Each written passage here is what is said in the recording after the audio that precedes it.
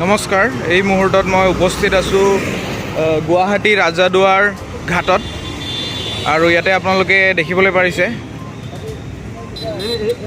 পানী কি হাৰে বাঢ়িছে। মই ৰাতিপুৱা 5টা বজাৰ দৃশ্য আপোনালোকক দেখুৱাইছিলোঁ আৰু এই মুহূৰ্তত আপোনালোকে দেখি আছে এতিয়া বাজিছে ৰাতি 7টা।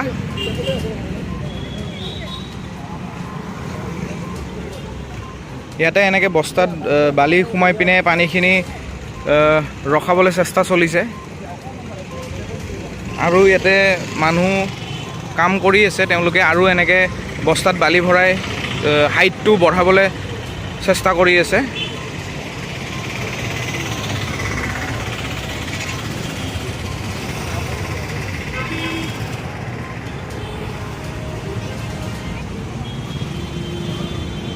মই আকৌ এবাৰ আপোনালোকক দেখুৱাই দিছোঁ।